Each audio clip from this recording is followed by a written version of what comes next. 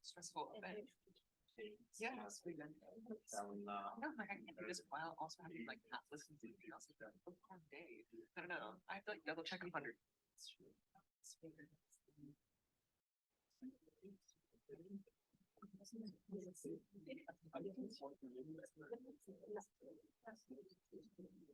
Okay.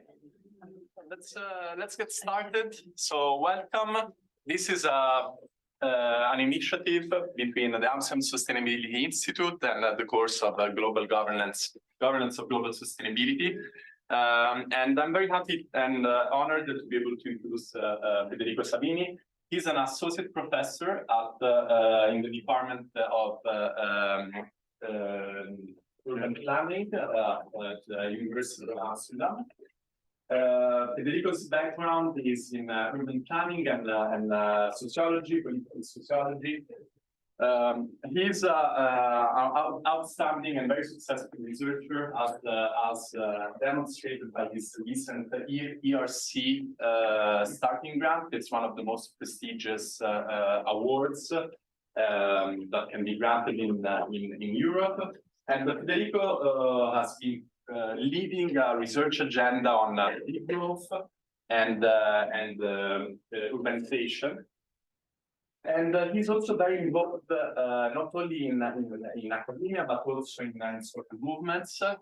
He's an active member of the degrowth community, the Dutch degrowth community, and the international degrowth movement, as well as has been participating to some of the initiatives of Scientists for Rebellion.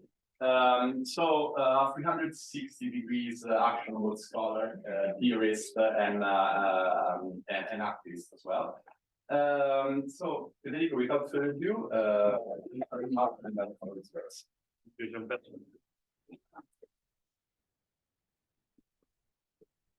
Doesn't happen often. I get up close before the show. So Jean-Pierre asked me to do two things. One is to introduce briefly the topic of degrowth. So what is special about this term and this approach? And then to go deeper in my own perspective about degrowth, which is the problem of urbanization and the way cities connect to growth and degrowth. Okay, so my talk will be split in two, I would say. I understand many of you have had already an introduction about degrowth. Is that correct? So everybody already heard this term, or do I need to really start from the very, very basic? No? Okay, great. Now, degrowth is an approach to social ecological justice. I will not use the word sustainability too much because I think degrowth really rejects the mainstream understanding of sustainability, which is often associated with green growth. Now, if we take degrowth in relation to this mainstream understanding of sustainability today, we see that the main difference is that degrowth rejects three key myths of contemporary green growth or sustainable growth. The first myth that degrowth rejects is that economic growth is always good for society and personal individual well-being. The second is that economic growth can be actually decoupled from environmental degradation. And the third, related to that, is that economic growth is necessary to achieve climate targets. That would be a critique of the trickle-down economics applied to sustainability. When we talk about economic growth in degrowth scholarship, we are particularly emphasizing the role of GDP, gross domestic product, as a measure of economic growth. And obviously the critique there is very straightforward. It says we are nowadays obsessed with increasing GDP because we think that it does bring well-being to individuals, everybody, and society if we have highest GDP. Two, we think that GDP growth can be, in fact, somehow decoupled from environmental degradation, and also that we need more GDP to pay for sustainability. Those are the mainstream four arguments of sustainability today. But as you can imagine, GDP does not measure well-being, does not measure social justice, does not measure ecological justice. So the GDP is we can define in some is the enemy of degrowth. Okay. Why is important degrowth today, and why these three myths, and in particular the second two, are important? This image just shows you that globally we have no absolute decoupling today between, in this case, GDP growth and CO2 emissions. We do have a relative decoupling of CO2 emissions from GDP growth. That's the dotted green line, growing more slowly than the orange line. But when we take the overall material footprint of the global economy, which is very important from the point of view of urbanization, as it will become clearer later, we see that the increase in GDP globally does come at cost of increased material footprint. I guess I don't need to explain what the material footprint is here in this university. Do I have to? Perfect. Usually I have to, because I give these talks to planners, sometimes sociologists, that they don't know this. So thanks for this. Now, this is the reality, and these are the targets that internationally we have set in order to keep temperature rising below 1.5. Now, we know nowadays 1.5 is definitely an irrealizable figure. We are heading to at least 2 to 3 degrees increase from pre-industrial times, of course. Now, this image, which is published in the IPCC report, the latest one, shows very much that the current sustainability measures that we are taking at global level are not delivering, neither in terms of scale of decrease, at least of CO2 emissions, or material footprint, as I showed here, nor at the speed. And these are two key words. Scale and speed are what we do need today to halt climate and by the climate breakdown, the breakdown of our ecosystem. So degrowth is indeed a proposal of an alternative approach that claims, at least, to be able to reach downscale of emissions and material footprint at the speed and scale necessary to achieve these climate targets. And of course, it also claims to do it in a way that is socially just, democratic. We'll talk about this in a second. Of course, degrowth is not silent about the uneven responsibilities globally of this challenge. The image shows that it's a very common, famous image, I'm sure you know it, shows that in fact the top 10% incomes of the globe emit 50% of all emissions, which is the same of the bottom 50%, et cetera, et cetera. In practice, basically, the global north, that's usually what this image is interpreted as. The global north is more responsible than the global south. So it's there that degrowth must be achieved. But I always like to show this picture instead, that is much less sexy than the other, but it shows the detail of this responsibility. This graph shows the CO2 emissions per income in different regions of the world. If you take Europe, we see that the top 10% incomes emit 6 times more than the bottom 50%. However, pictures like this are also to be found in Asia, in countries in areas that we would define as global south. Also there, emissions responsibilities goes hand in hand with income inequalities. So I try to not talk about global north, global south. I'm talking here about class, independently from where it is. Of course, the image of North America shows a very bleak picture. By the way, if you take East Asia, for example, or South and Southeast Asia, you see that the bottom 50% already lives below the CO2 emissions to achieve the Paris Agreement, which will be 2.5 tons of CO2 per year. So they're already below that. So we're not talking about the degrowth of the poor. Okay, just to make it clear. Actually, the right image shows also the trend and why it's very important to think about class and income. In this graph, you see that in the last 30 years, the highest and steepest increase of CO2 emissions is to be found in the top 1% of the incomes of the planet. This means that it's there, in fact, that the most growth, in fact, in emissions is coupled with the most growth also of income. However, in the image, you also see, by the way, something interesting, that is a slight decrease in 30 years of emissions of the, let's say, middle high classes of the planet. Why is that? Why do you think there is a, relative to 1990, there is a slight decrease in per capita emissions in that type of income group? So the, let's say, the 70 to 90 there. Do you have any idea why this is happening? In the last 30 years, there is basically a whole chunk of the world population, the global middle high class, that has actually decreased their impact in terms of CO2 emissions. Why is that? Yes? Maybe it's a combination of awareness and being middle class to have enough income to be able to live in a way like buying biological products and organic products like that. Exactly. So what we see is that in the last 30 years, there has been a rising of what we call the nephrological consciousness within a particular group of the world population, which has translated into what we call responsible consumption, which to a certain degree has decreased this impact in terms of emissions.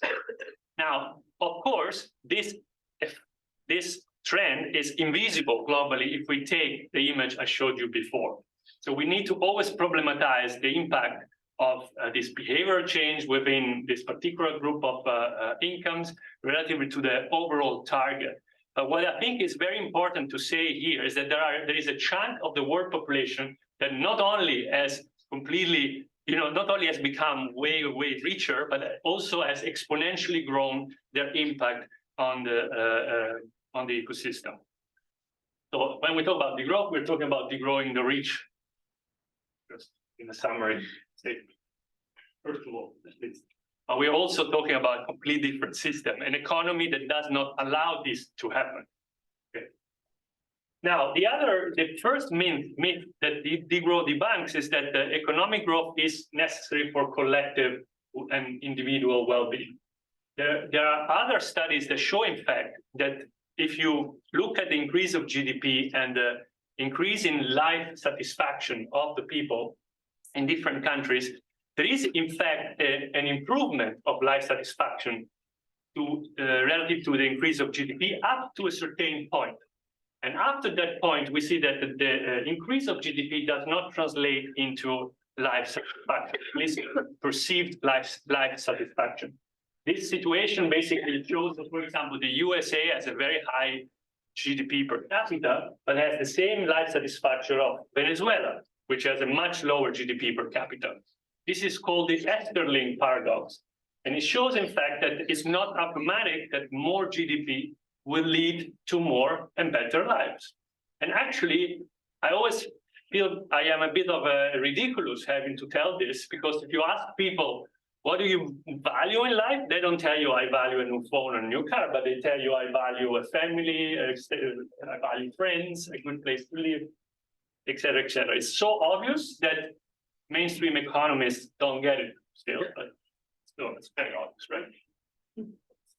Now, in my research, I look particularly at cities. And what is very interesting of cities is that the same relation, actually, it's even worse. So we see that with the increase of GDP, at one point, there is actually a reverse relation between GDP and life satisfaction. So if you see cities like Paris and Brussels, in fact, they have a very high GDP. They are among the richest cities of Europe. This is Europe, so not the globe. Paris, by the way, also the globe, but Brussels not.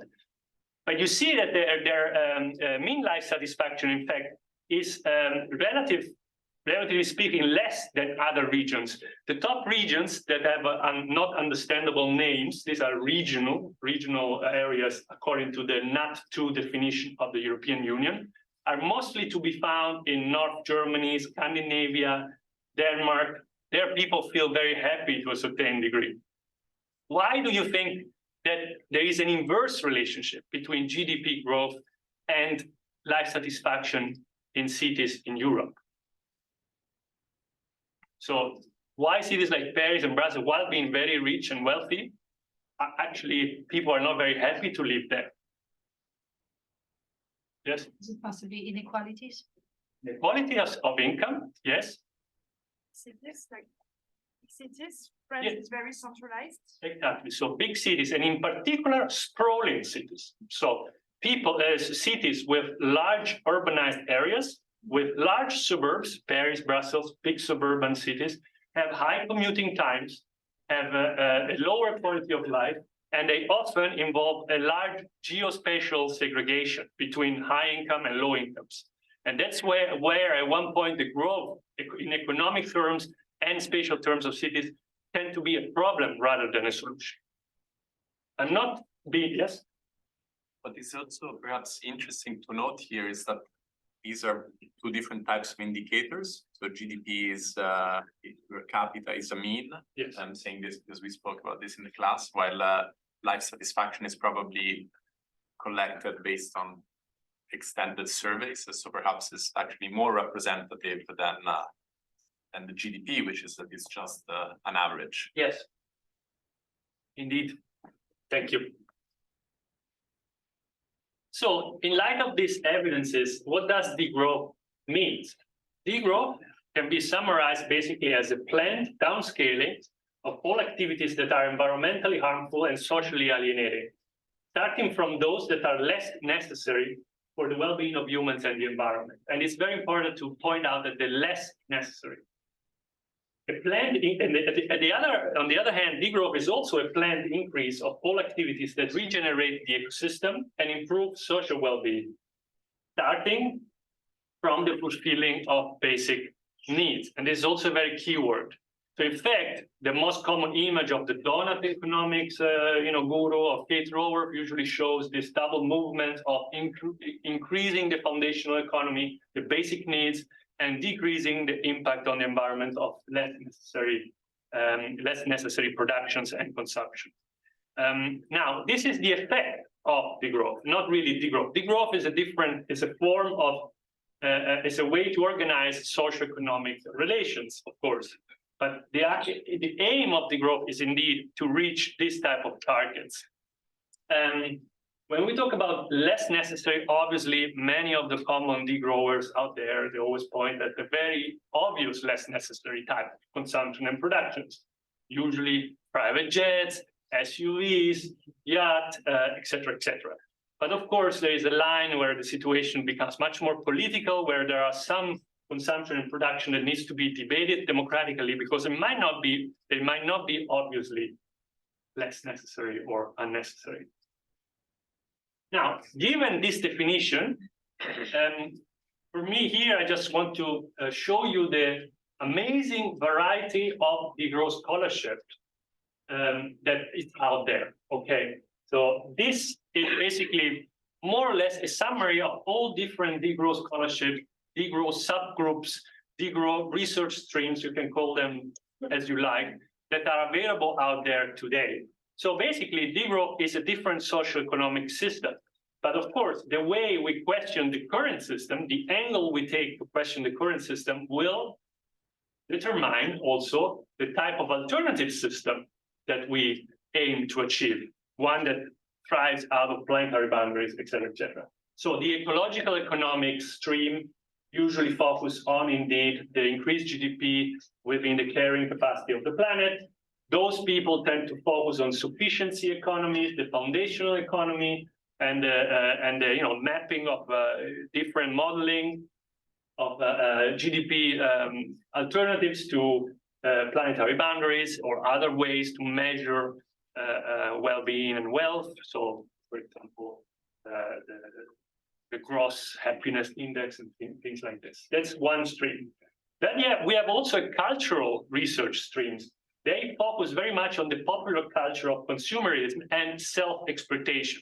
This means the culture that forces us to consume always and waste and consume again, but also a culture of self-extraction and exploitation. So the culture of workaholism. So being excessive workers, trying to compete at work, be better than others, and exhaust ourselves to death for this So it's a very interesting research stream that tends to focus instead on alternative forms of pleasure and happiness, alternative avenues, self-care, pleasure in life, also material and physical pleasures. Then we have a critique that focuses on the social relations, competition, hierarchy.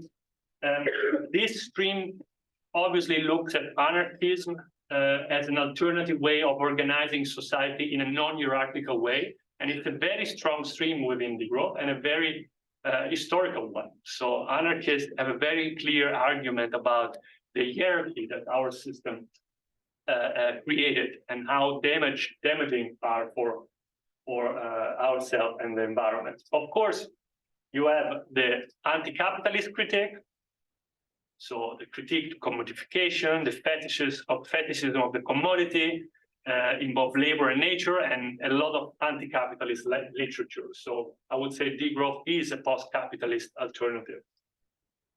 Of course, one of the longest traditions of degrowth research is the feminist tradition. They're actually among the most active there. The reason is that GDP as a measure for looking at economic production and consumption does not reflect all that work of care that is invisible from in economic terms, like caring for your family or your friend or your wife or your husband. This form of care is mostly done by women, and is mostly done often by immigrant work, et cetera, et cetera. So it's a very important critique to the current economic system. And finally, we have also a stream that focuses on technologies very much and the relations we have with technology. There we use the Illich critique to technology and the role that that a more convivial, democratically owned, open source technology can have to affect degrowth. And finally, there is a big work on the relation between global north, global south, and what we call the unequal ecological exchange. And of course, imperialism. And to that alternative, these degrowers clearly advocate for indigenous epistemologies, pluriverse of development, post-development studies, etc., etc. Now, this is just an overview of the many things you can do with degrowth. So you can pick one and work with that. And later, if you want, I can give you key readings for each of these. Now, my task is to develop one more of these streams, which is the stream that reflect on urbanization and degrowth. Okay, so looking at how cities work, how they grow, how they impact our living, and how they impact the planet, and how we can rethink these forms of urbanization. Why is it important to do that?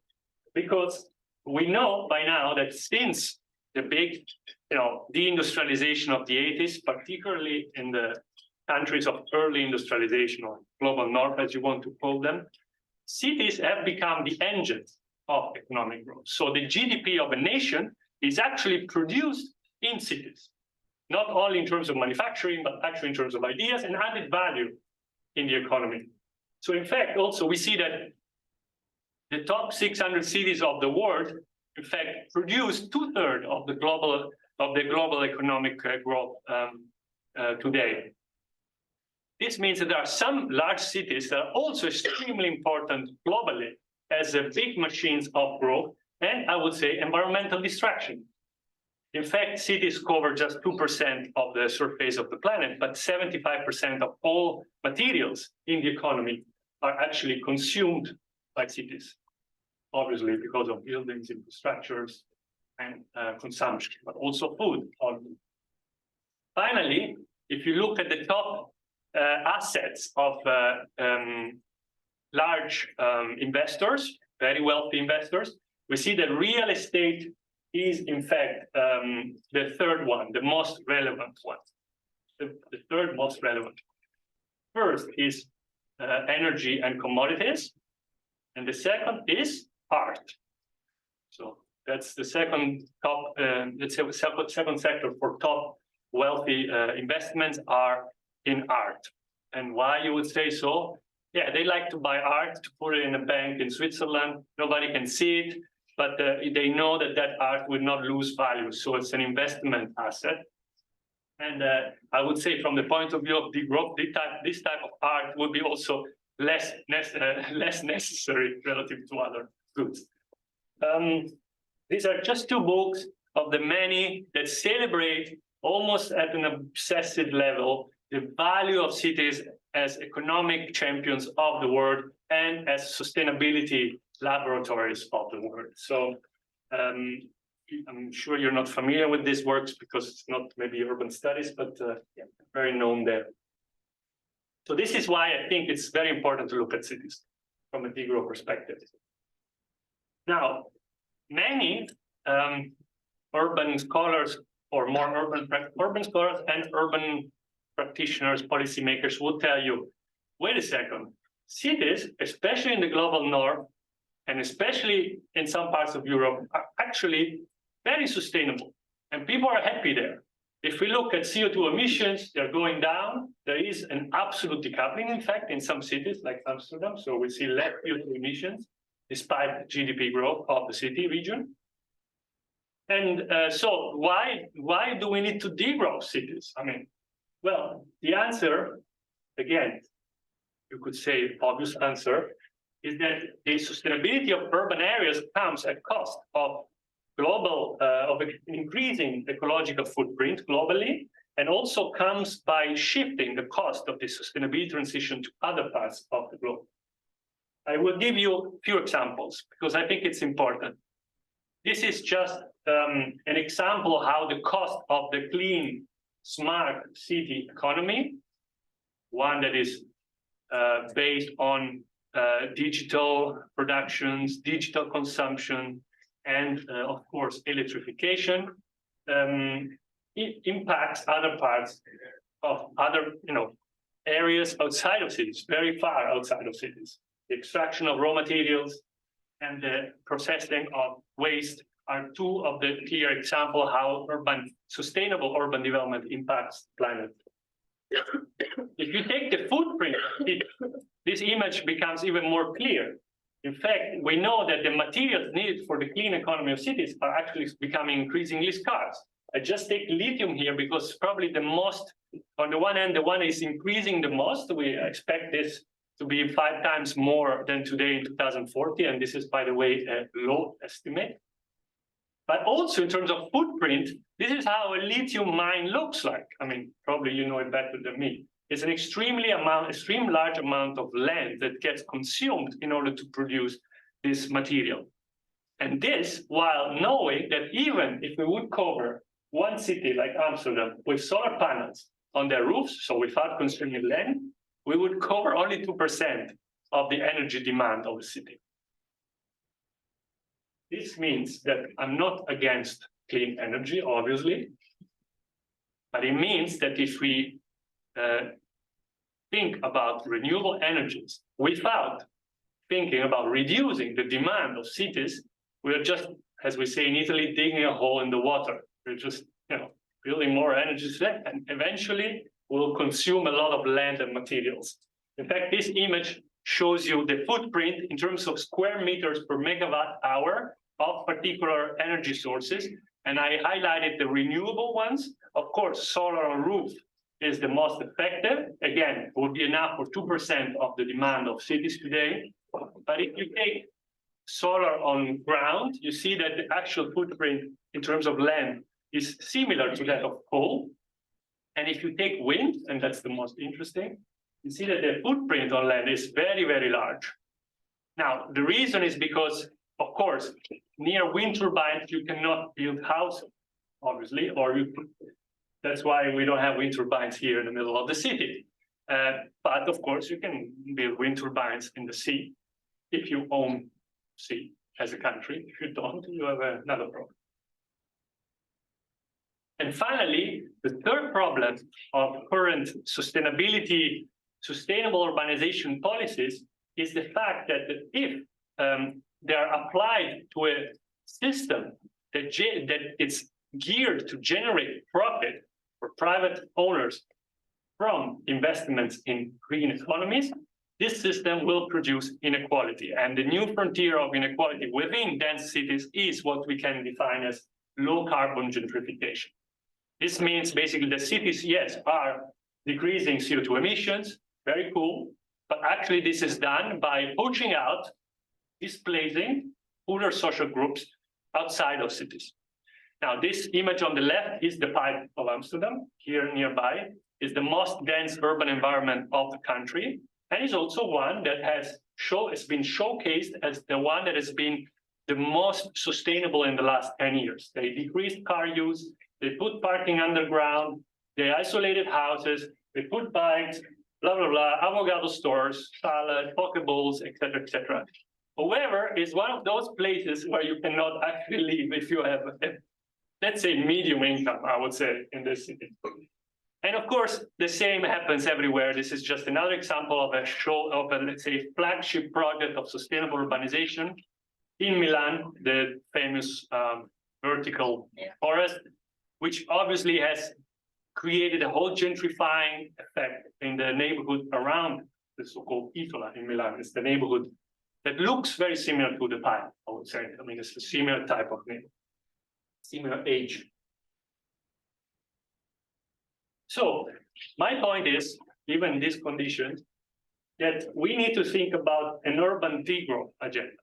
Now, that agenda would have these four priorities. The first is to downscale, slow down, and close, I would say, the social metabolism of cities. That means to not only reduce the amount of material that's come in cities and go out as waste, so reduce the amount, but also slow down the process, so keep those materials as long as possible and that energy as long as possible in the city. But also, I forgot to write it there, also to close these materials loop, so to reuse as much as possible all the discarded materials and energy and heat from cities in a circular way. That's why actually my most recent research talks about circular economy a lot, because in fact, the first point is very similar to what the circular economy definition would look like. Obviously, this has to be done by reducing excess consumption in cities, at the same time increasing well-being and standards of life in neighborhoods where they are not minimum, at least. So areas which are poorer and they don't have enough green space, schools, public transports, etc., etc. And at the same time, and this is perhaps the most challenging part of the agenda, is to create a more regenerative relation between how cities work and their hinterlands, so the region around them that is not urbanized. And there I will give you one example later.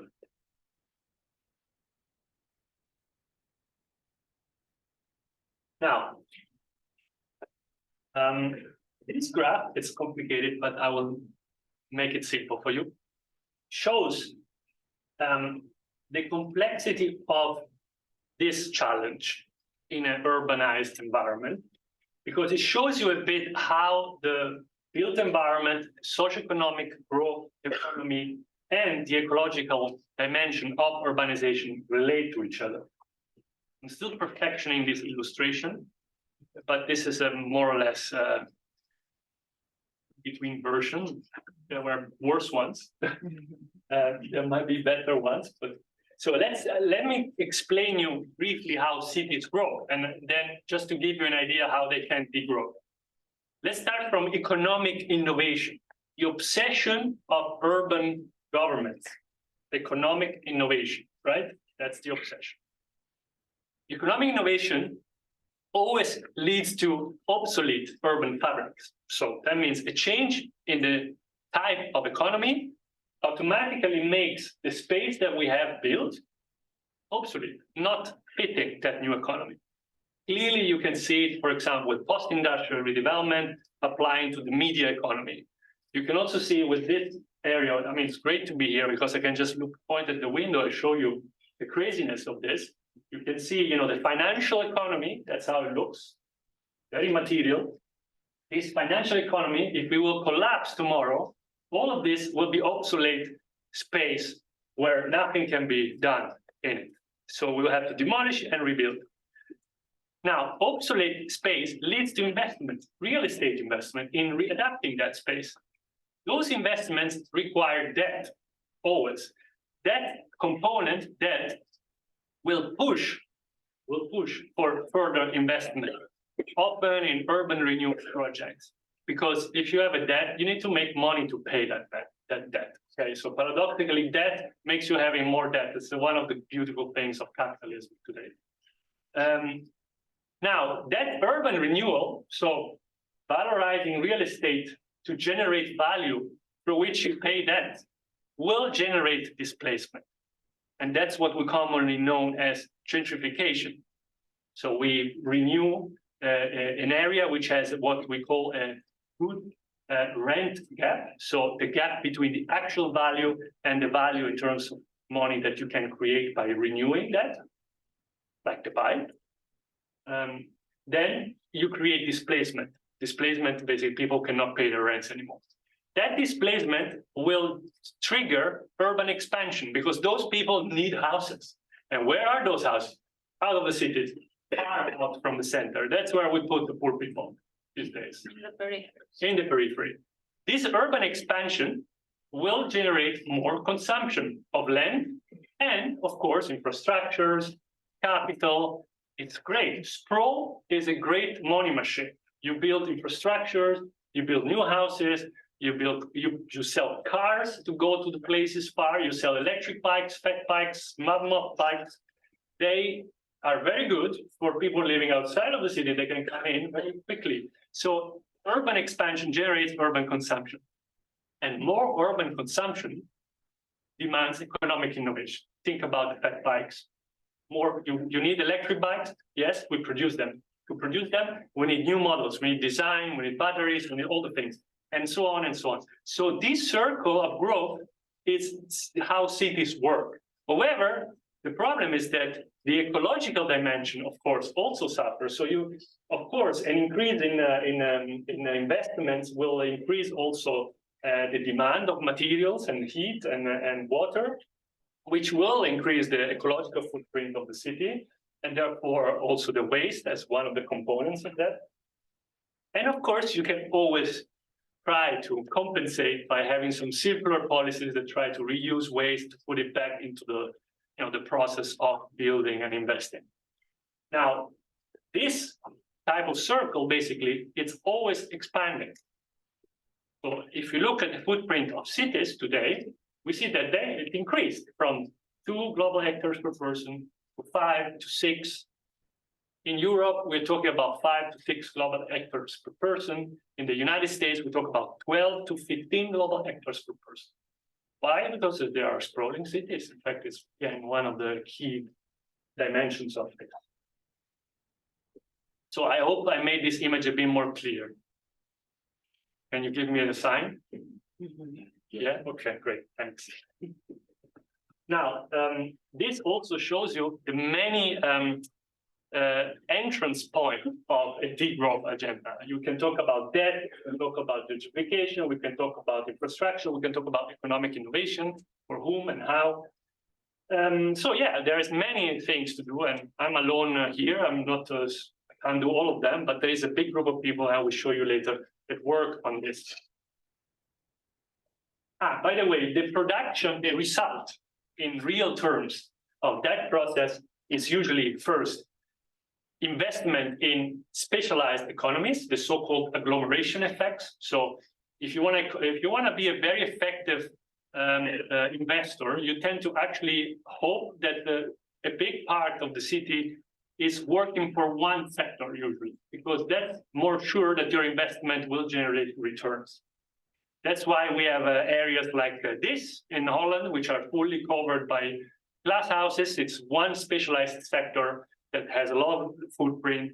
And of course, it's dependent on global flows of capitals and resources. But actually, I could have put the South Axis again, because the South Axis is a clear case of a very clear agglomeration economy. We take a bunch of buildings, we put them between the city and Schiphol, and near a convention center, the Vrije. Then we put a metro, and all the rich, we put them here, the banks and the insurances, and voila. And we have a great economic investment that will generate value to the city. To be honest, this type of development never really generated as much as value as they hoped. In fact, while this wasn't, I can talk hours about this area, but while the governments have spent almost 15 billion euros in this area by putting the infrastructure down, by redoing the station, the metro, the infrastructure of the highway, and of course the energy system and the buildings, they spend almost 15 billion euros public money in this area. This area has a GDP of 4,000 billions that come in here and go out. So the point is, there's a lot of financial economy that doesn't land anywhere. People from Amsterdam don't earn from this, or at least they earn a job like us being here, maybe, or space for education, but it's a micro fraction of the amount of money that goes through this infrastructure that we paid with public money. So this is how cities try to attract investments, by producing infrastructure that hopefully attract the whole sector, but that sector often is so specialized that eventually does not trickle down, I will use that word, does not trickle down in the population of the area. Anyway, the other dynamic we see is also, of course, concentration on flagship projects, so areas that generate a lot of value, like here now, the east of Amsterdam, the Zeeburg Island area. But more importantly, we also see that what sustainable urban governments try to do here is to make this process green as much as possible, right? That's their strategy. And the most obvious way to do it is just to put the green on the buildings and say, look, this is sustainable. But I guess I don't need to explain the paradox of this process. So my proposal of an urban degrowth agenda has been developed in this particular paper, but there is more stuff that you can find on my page of works that try to reflect on how to unmake this circle of urban growth. In this paper, which is quite dense, I have to say, I basically argue that we need to look at cities and urbanization from three new points of views, three new principles. The first, we need to look really at the autonomy of urban environments, both in political and ecological terms. Urban environments today are far from being autonomous. We know that. They are not only completely dependent from global flows of materials, but also completely dependent on global flows of capital, like this area again. No single stone has been, of course, extracted from here. So we need to really look about regions that to a certain degree produce goods for cities, food, but also materials, also technologies. And we need to do it also from a political discussion about the role of the state, public actors, and common property rights. Okay. The second argument I have is that planners, and in particular, this is a part I usually tell to planners should really think in terms of finity regulations instead of scarcity regulations. This means, in fact, start to look at cities as a space where minimum and maximum standard of living can be more or less defined. This means, for example, to assess whether all areas of Amsterdam or Rome or Milan have a universal standard of decent living. That means the essential basic services that are functional for human life. That means every single area of Amsterdam should have schools, hospitals, education, green space, a certain amount of biodiversity, a certain amount of renewable energy, et cetera, et cetera. Reflecting in those terms will allow us to see where it's important to increase, but also to see where it's important to decrease in those areas where, in fact, there is too much of the wealth. And finally, as I said, we also need to look at the relation between cities and the ecology. Nowadays, cities are unlivable. Now, when I say this, people are like, what? They're unlivable? Yes, cities are unlivable. If you bomb a city and destroy it, like Gaza City today, that city will die. There is no other way to produce biodiversity, food, natural resources, well-being at large, because the cities are made only for economic functions first, unfortunately. So I think we should really need to start thinking in terms of the amount of ecological diversity, biodiversity that is present in cities, and really to think about the relation between urban and agroecology. This is a quick overview of this article that you're very welcome to look at. By the way, I have also some examples. When we talk about finity, maximum, minimum, we could, for example, think about what happened in Berlin in 2020. They made a referendum to expropriate investors that had more than 200,000 home units. So there are investors that have in their portfolio more than 200,000 units. They said, we're going to expropriate them because it's too much. It's too much to own so many houses. This is type of thinking about maximum standards. When we think about the relation between urban and ecological functions, we can also think about what a colleague of mine, Deborah, calls habitat producing urban fabrics. So thinking in terms of a neighborhood, not only as a place where people live, but also where other creatures live.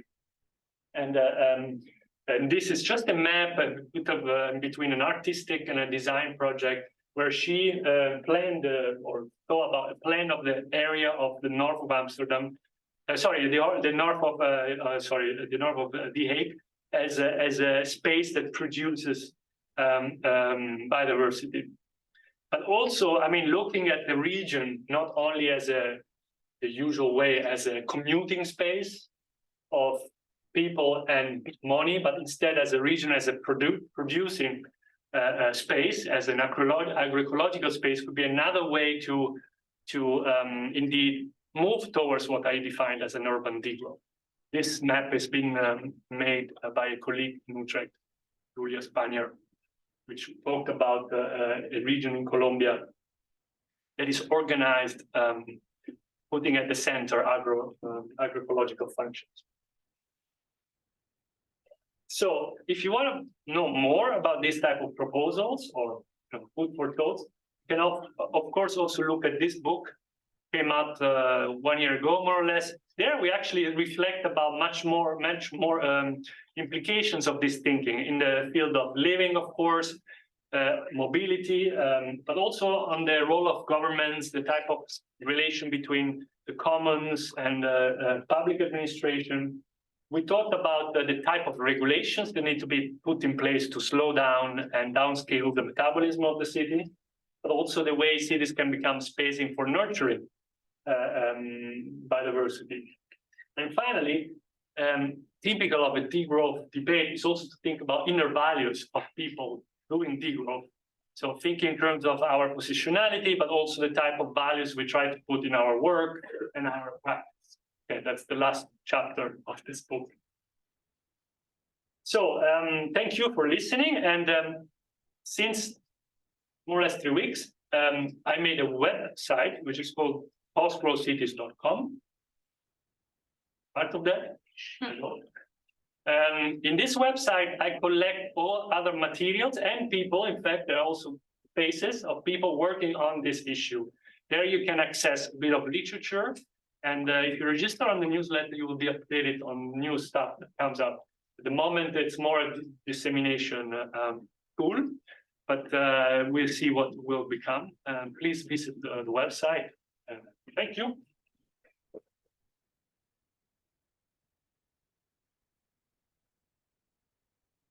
Thank you very much, Federico. And I will take advantage of my position here to act a little bit as a discussant, and then I will open up to questions, comments, and any type of thoughts that you would like to share. So I was actually checking your Postgrowth Cities Coalition, and there you have a manifesto. Yeah, we do have a manifesto. Seems pretty interesting. So I invite you to check out the website. So there are a few things that really connect well with some of the discussions that we had especially in this course. And perhaps if you can go back to your growing slide and the social metabolism of cities, I think that's something that really triggered some thinking and connections with other types of understanding of how urbanization and cities play a role in global dynamics of capitalism. Is actually something that you would read in a book that we cited often in our course, that is A Brief History of Neoliberalism. And there is a very clear description of how at a certain point, for example, in China, this consistent accumulation that happened through years of economic growth is actually translated in either investments in military equipment and a growing army, but a lot of the investment went actually in urbanization. And the paradox is that China is a country that has a huge population with areas with lots of population density. But what apparently China did was to invest so much in real estate to the extent of creating some ghost cities, not only in China but also in other countries in the global south.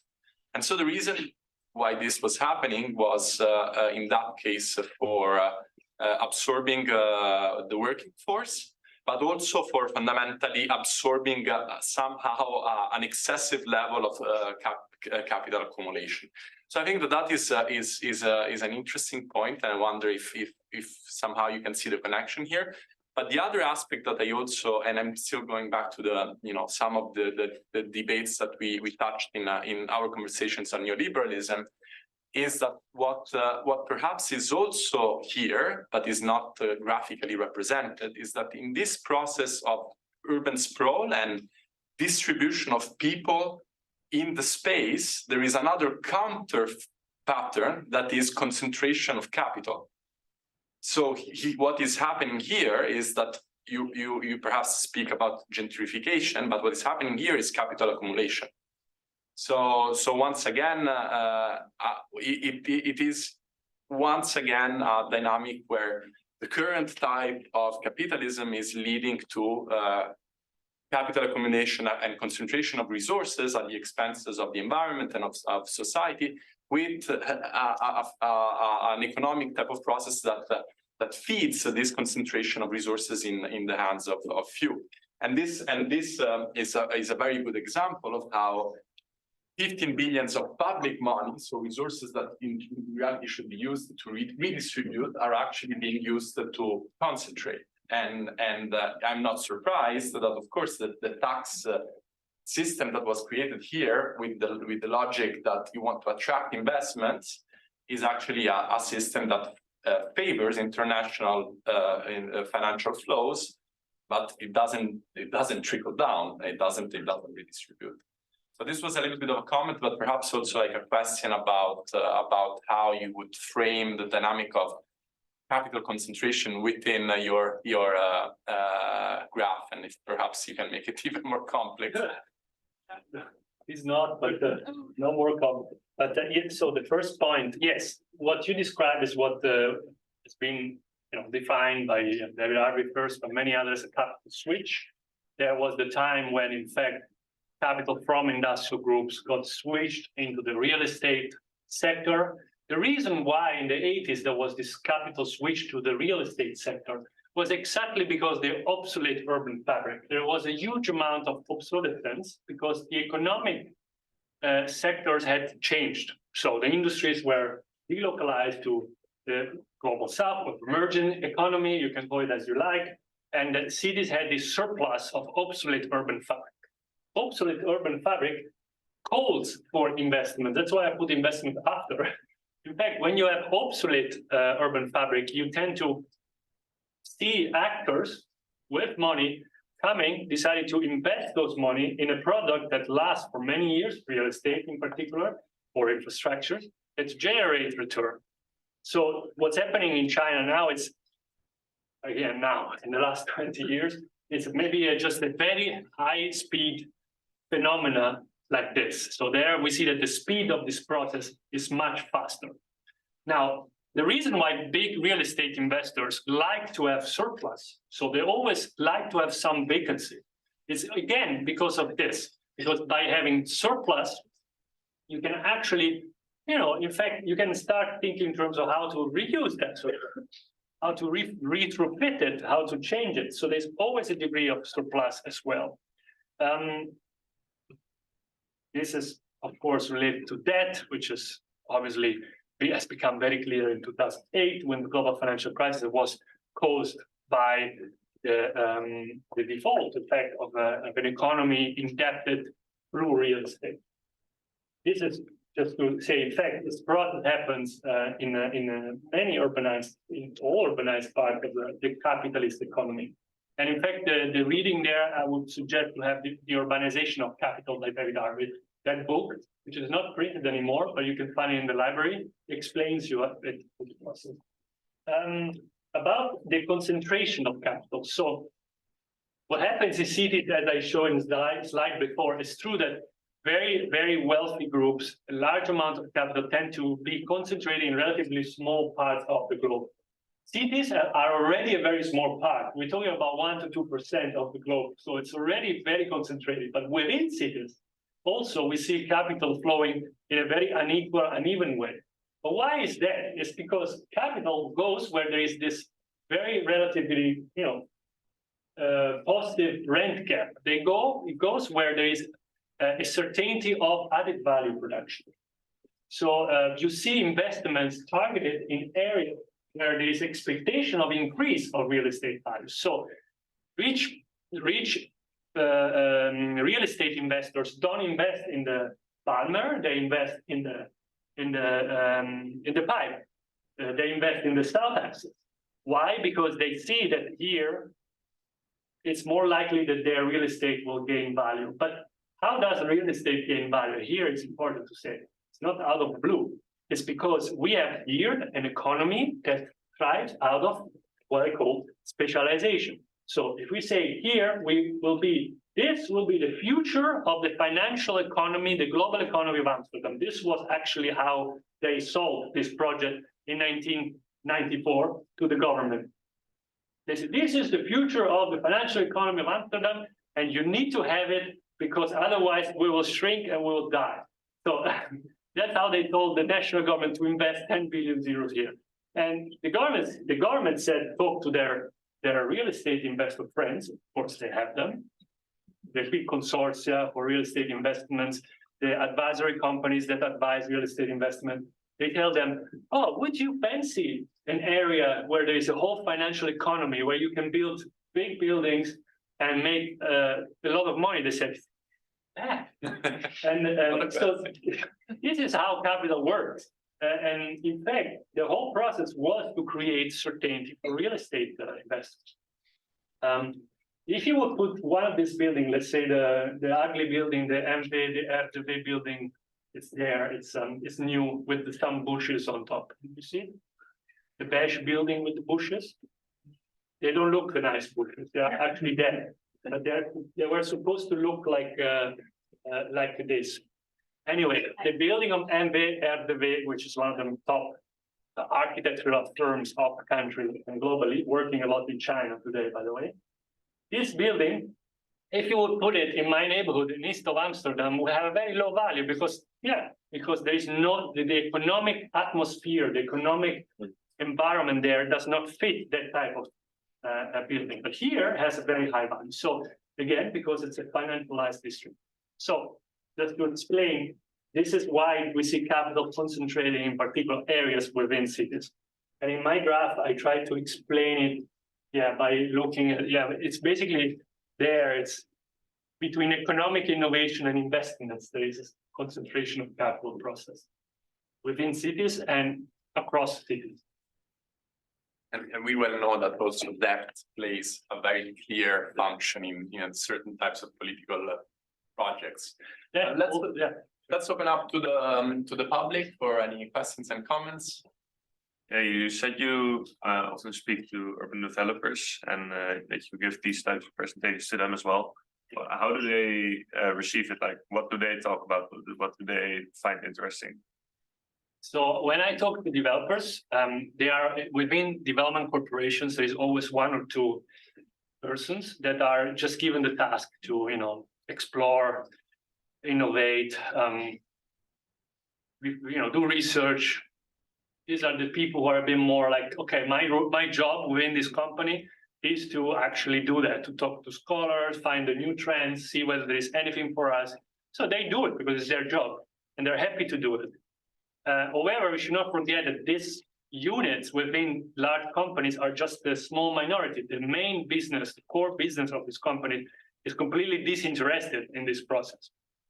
What I found very interesting is that companies that are more interested to listen about this are companies producing sand, steel, batteries. These companies know that their commodity prices are going up. Sand is becoming very scarce because not all sand can be used and mined for buildings. So they see a limit to their business model. They say, oh, wow, if the sand becomes scarce, if I have to go 1,000 kilometers away from here to pick up the sand for Amsterdam, my whole business case will be different. So these companies are very interested in degrowth, in fact, because they are concerned with the material limits of urban growth.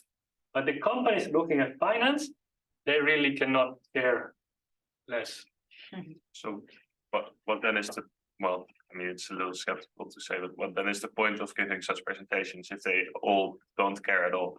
Yeah, no, you're right. No, to the financial economy, you mean? Yeah.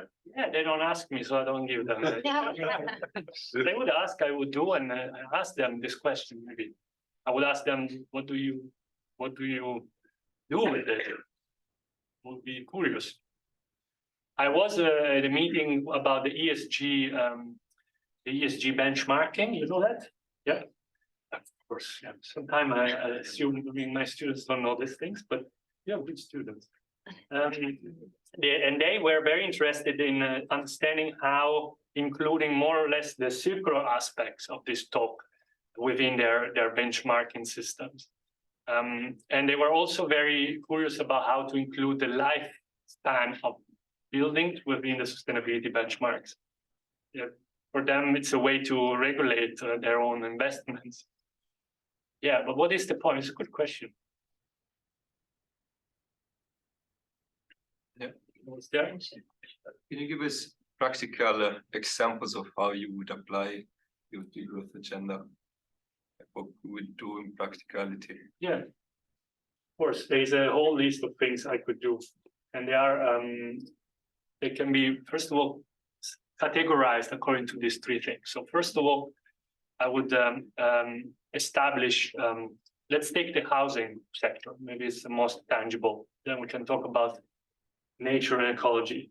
In the housing sector, we should definitely disincentivize underuse of space. And when I mean space, not only land, but also volumes. So if you are a family of 4 living in 80 square meters, you should pay much less percentage in terms of real estate taxes on a single household on 250 square meters. If you have 2, 3, 4, 1,000 houses, you should pay much more taxes than somebody who has only 1 or none. This would already allow to modulate the real estate tax in order to disincentivize underuse of space where the footprint becomes extremely important.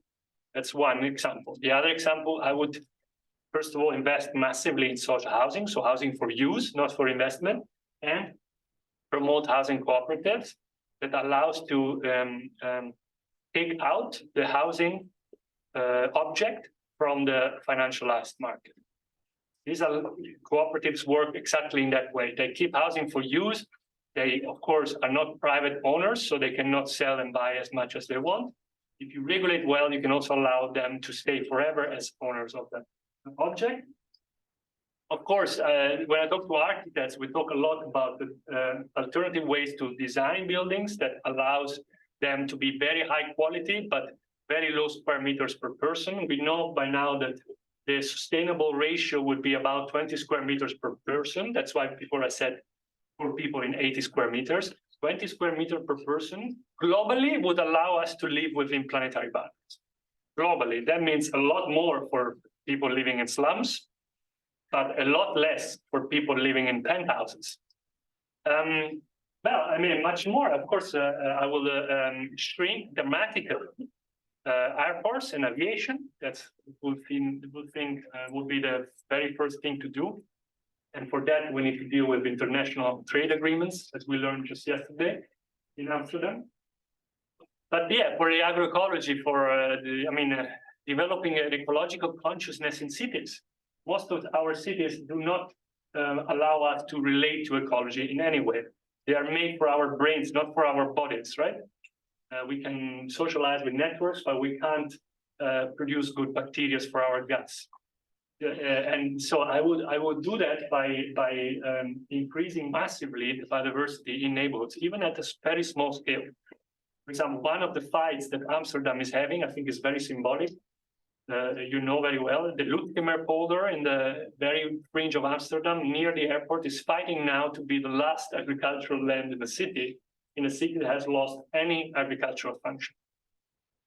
But yeah, there is much, much, much more.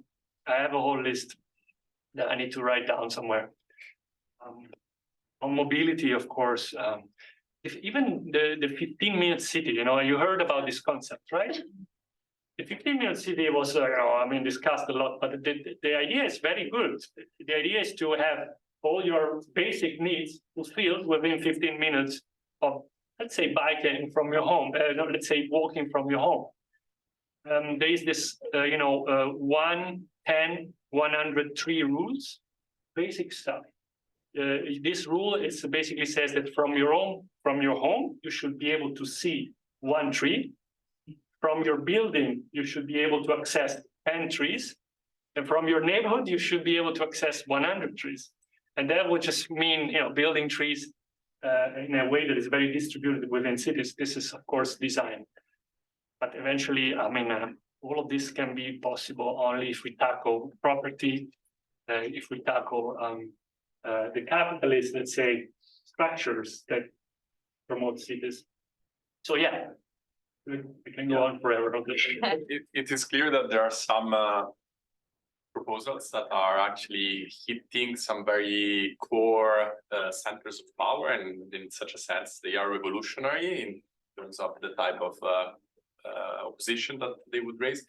But I also think that there are some pretty low-hanging fruits that are not being implemented just because of ignorance. For example, relating to the idea of energy efficiency, we spoke a lot about efficiency. There is a trend in cities to switch to LED lights, which create these white lights, which is very unpleasant and aesthetically, I would say, very ugly. But also from an ecosystem point of view, now there are studies that are showing that these type of lights are actually completely disruptive of the ecosystems, because insects and birds, they suffer a lot because of the type of white light, and then they think that it's day, and this messes up their entire ecology. So yeah, it's it's striking a good balance between actually making let's say reformative improvements, but also revolutionary ones, I would say. And I would start also as in cities. Cities are spaces for what we call prefiguration of a degrowth agenda.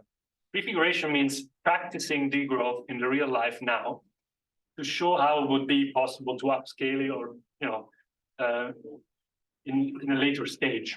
We see many of these practices, so I would start protecting those already. Simply, giving them a status of a special status that allows them to not be co-opted by market, regulate them as a preservation, first of all. So that would be already also a relatively low-hanging fruit. Banning advertisement is usually one of the top degrowth proposals since the 70s.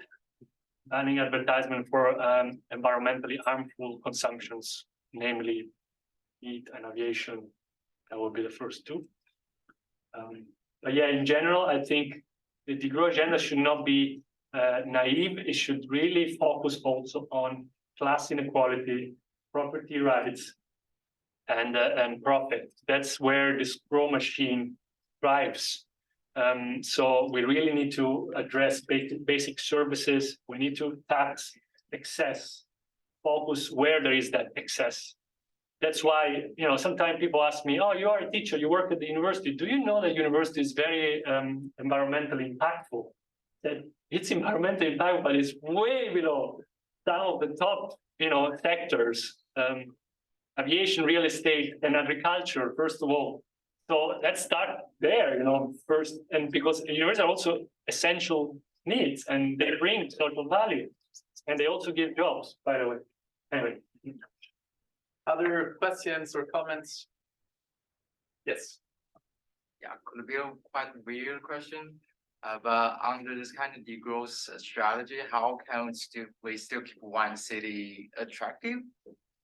Or like how can we still keep the city like it's unique from other cities? Yeah, something like, because from what I can imagine with the degrowth, we'll end up with cities that almost look like identical. They will have identical neighborhood. That's interesting. Identical characteristics. So then, in that case, what's the difference between you are in one city other than another one? I can actually say the opposite.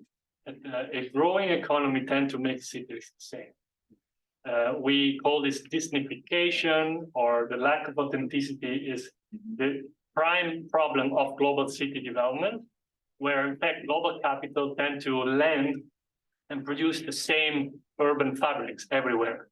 And that's why we call Disneyfied. The center of Amsterdam is the same of the center of Prague, center of Milan, or even, we have the same shops, the same experiences, the same type of, also at one point, type of, the capitalist management class that has the same type of consumption. So I would say degrowth is about autonomy, meaning valorizing also the physical, biological, and cultural properties of the place.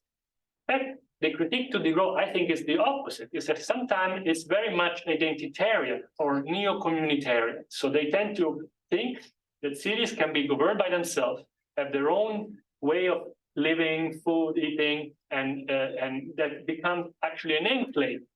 That's the opposite of this critique. But that's also something to take into consideration. There, I work with my PhD on the concept of bioregion. You heard about that. She works on the value of this concept from this point of view. And there we see that the critique is exactly the opposite, is that we might risk that the international mobility of goods, of people might be so little that we get cities as enclaves. But what I somehow find a little bit as a contradiction, but perhaps you can clarify that, is that I do see the growth very much connected with some level of government intervention, because there is needs for a lot of regulation. Yeah. But I think you also showed and shared how the anarchist philosophical tradition is quite present. So how do you combine these two type of very opposite views of society? So you touch here a very sensitive nerve of the degrowth debate, the nerve about the role of the state. There is no one view. The anarchist view is very clear on that. And there I find it inspiring, especially on the work of Murray Bookchin and his reflection about the bioregion, in fact, and systems of agroecological urbanism. And municipalism. And municipalism, yes. So it's very interesting debate. However, within degrowth, you see a big movement about national, international intervention on caps and regulations that slow down and reduce global capitals, emissions, etc., etc. So the solution, which I wrote there in one word, what I think my way would be to really think in terms of public common partnerships. By the way, in this book, there's one chapter exactly on this, on regulating urban degrowth, by Massimo De Angelis. So there he explains very much that we can imagine an urban region where you have essential functions fulfilled at central government level, and a lot of work of services done by forms of common property rights that are governed to a certain degree autonomously within conditions. I think if you take the housing cooperative system in Amsterdam, which is very primitive, it's very small, but there already you see a bit of this. You see the city regulating some plots of land, saying here you can be a cooperative, you decide, provided that you don't build too much and that you build affordable, and all the rest, your statute is yourself. You decide how to develop it, you decide who lives in it, who doesn't, et cetera, et cetera. So this could be a way to come out of this impasse. I still value very much the anarchist tradition. Every social revolution of our times has been done with the anarchists at some point. So I respect anarchism very much. And I think there is a critique on the hierarchy there, but yeah, I think we need to find a way. Yeah. Up here, in front here. Yeah.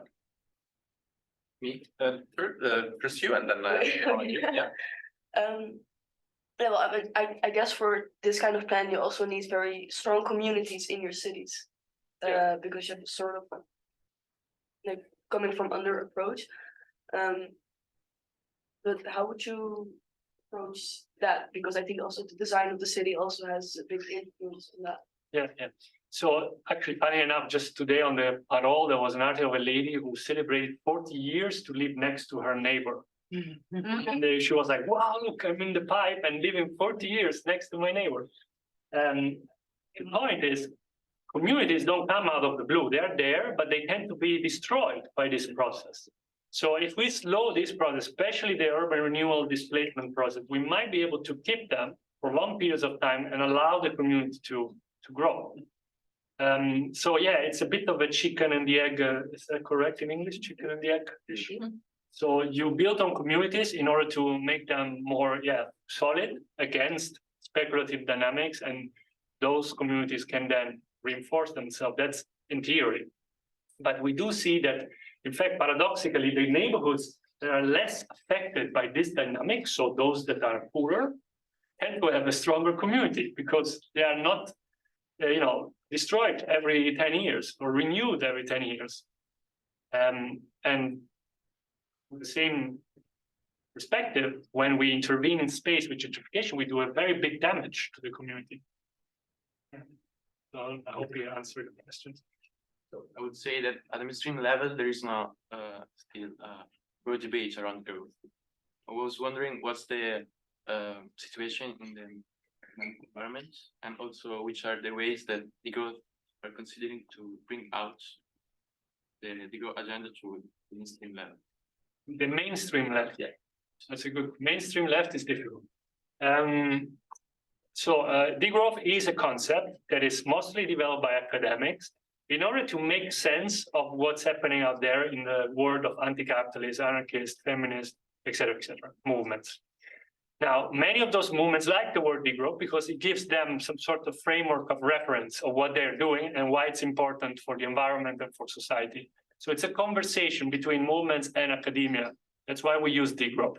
Now, when we go into mainstream politics, mainstream politicians are very skeptical about the word degrowth, which is also the reason why we keep using degrowth, is because it cannot be co-opted very easily by markets and liberal politicians, for example. It's not a word that you can put on an advertisement. Oh, degrowth your house.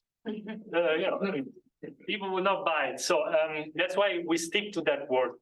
With the mainstream politics, I think I believe that I don't need politicians to use the word degrowth.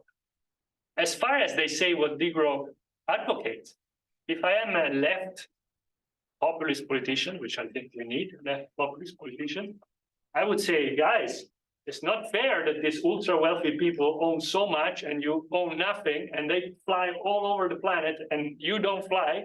We're going to tax them and pay for your schools, for your kids. And, this kind of populism, left populism, would basically fit for me a degrowth agenda without using the word degrowth. But I mean, academics are not good politicians. So, I don't think we need to take vocabulary of academia and put it into politics. It would never work. And often politicians are not good scholars, Of so course. they're not good students. Sometimes they don't graduate. But by the way, the green left of you're going to vote. Unfortunately, I can't vote here. But the green left engaged a lot with the degrowth movement of the Netherlands to think whether it was useful for them, this word. And Timmermans said explicitly, no, We're not going to take degrowth. We're going to talk about good growth and responsible growth and circular growth. And that's why I will lose. Anyway. Yeah, when you were talking about the revolution, a large part of the revolution is having enough people believing in a certain thing to like start the revolution, right? So how do you get people to like such a big group of people to actually start a revolution if for a large part of those people that need to be convinced, they need to inconvenience themselves and make it worse for themselves? Yeah.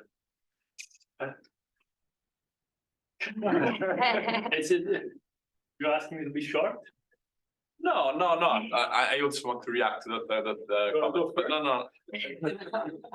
Okay, I'm gonna go first because I'm not the expert in the room, but my reaction would be that it is actually in the interest of the majority of the people that our degrowth plan is implemented, because once again, there is a very strong focus on redistribution. So I think Federico said it very clearly, like it's degrowth of a certain type of toxic capital concentrations and wealth and inequalities. So in that sense, I think that if people opened up their eyes on the fact that the degrowth plan is a plan for more social equity and more social justice, and not only for environmental justice, it's clear that this would appeal to the majority of the people, because it's the minority of the people that produces what they are trying to fight for.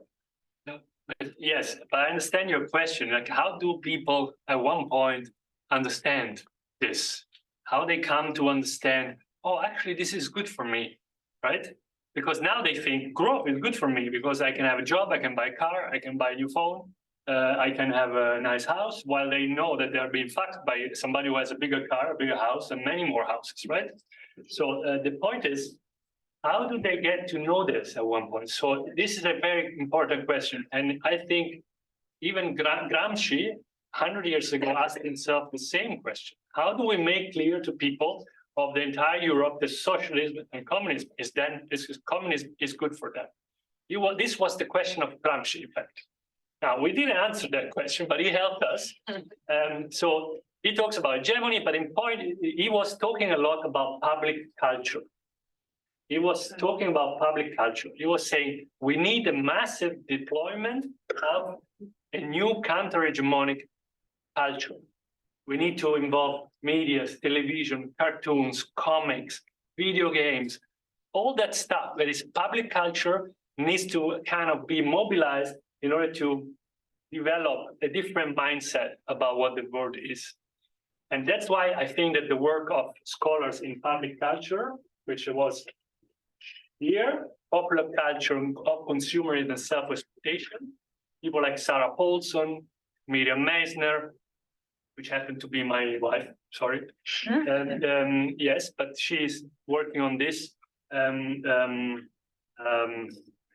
one, Hartmut Rosa, this kind of philosophers, cultural scholars, they do this type of question. They try to think about how growth comes into our subjectivity in the everyday life. And I think there, the answer to that question is there. So the worst we can do as degrowers is to think that the government can do stuff. Because if the government would do stuff top down, it would be a disaster. There will be a kickback, you know. So I think there is the answer. That's why I wish this type of research could develop more. Yeah. There's a question up there. Just for the 15 minutes city, so the critique that was raised was like it restricts freedom, like people be stuck in a very small area. So how can you also conserve mobility? Yes. So Edward Glaser, this guy, was one of the most strong vocal critics of this idea. American. I really cannot stand this critique. I think it's a complete fabrication. I know I should take it seriously, but I don't, because the 15-minute city is about the availability of universal basic services, but it's not about restricting your freedom of movement in any way. It's like, okay, you need a doctor, you have it for 15 minutes. You want a doctor from another neighborhood, you're welcome to go. It's not the Truman Show. Huh? It's not the Truman Show. No, it's exactly, I find it extremely, that makes me think that they saw the potential, the radical potential of their idea, and therefore they needed to criticize with this new narrative. Obviously, that's not the case. However, the fact that this critique was born out of the US tells us something about cities in the US. Cities in the US are segregated cities already. People don't move freely. There is black neighborhoods and there's white neighborhoods. There are poor neighborhoods and there is rich neighborhoods. Those people, they see the 15-minute cities within that system. And of course, they think, okay, if we do that, it's even worse. I will never go to a doctor in a black neighborhood. That's what they think.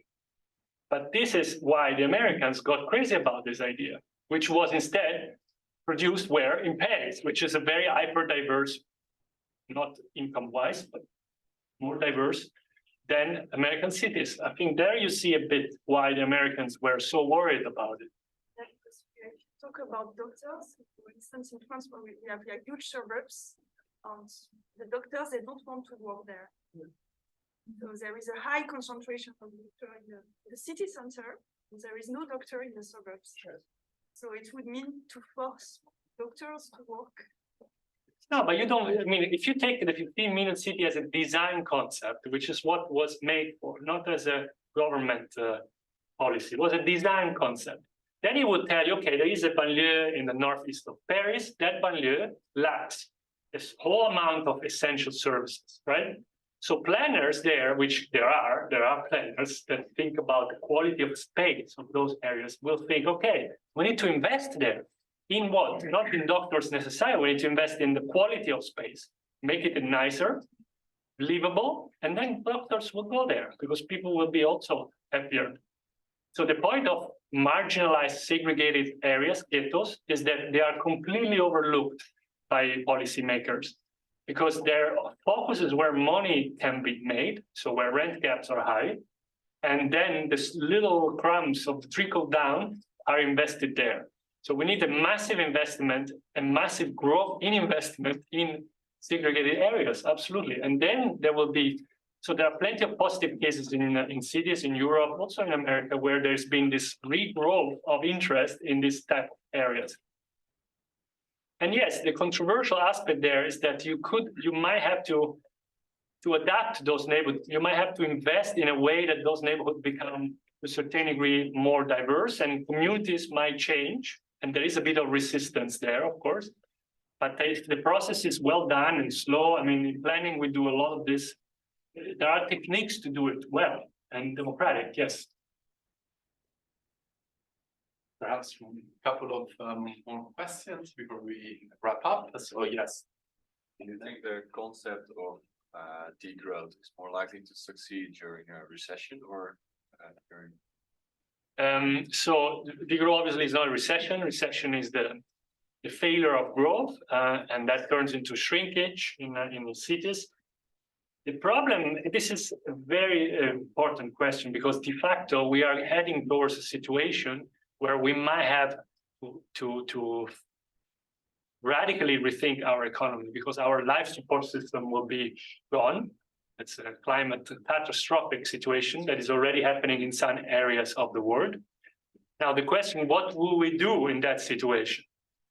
I think if you reach that point, then you will have something that is similar to an eco-fascist government that is not degrowth, but might have some policies that apply to degrowth, but in a way that is very undemocratic and very identitarian. And that's not good, really not good. And that's the risk. That's what we're going to. I mean, countries like the Netherlands, which are going to be, surrounded by dikes, and that are going to have to push out a huge demographic migration from countries which are unlivable. Countries like this risk to become into, strongly identitarian in order to keep those people out. At the same time, they will downscale certain sectors, obviously. But that's not degrowth. I mean, degrowth is a democratic process, and it's planned. So it comes before the catastrophic event, not after. But yeah, so I think it's a good question, because we meet again in 10 years, we will talk about that. Question up here. I want to ask if degrowth consider the role of nuclear energy or not, and why? Good question. This is they're all good questions, but this one comes up often. Yeah, it's very difficult. You see, nuclear energy is the lowest footprint in terms of land. It is an extremely valuable source and is growing everywhere. I mean, in Europe, Turkey is one of the ones that are investing the most there. I mean, I don't know. I never saw a paper or a writing about nuclear power in degrowth, but I might be. I mean, I don't know everything, so I might have missed it. My view is I have two answers to this. I actually spoke to a nuclear energy meeting about this, and my answer was: number one, if we are going to start thinking about this, we will forget about degrowth, because people tend to overly rely on nuclear energy to avoid discussing reduction. So that's the risk of nuclear energy, is that we basically bypass the issue and we wait 20 years to build nuclear power, while the time frame that we have is much shorter from an ecological point of view. So that's the first. And the other is that if you have to build legitimacy for degrowth, you also need to build legitimacy for nuclear power.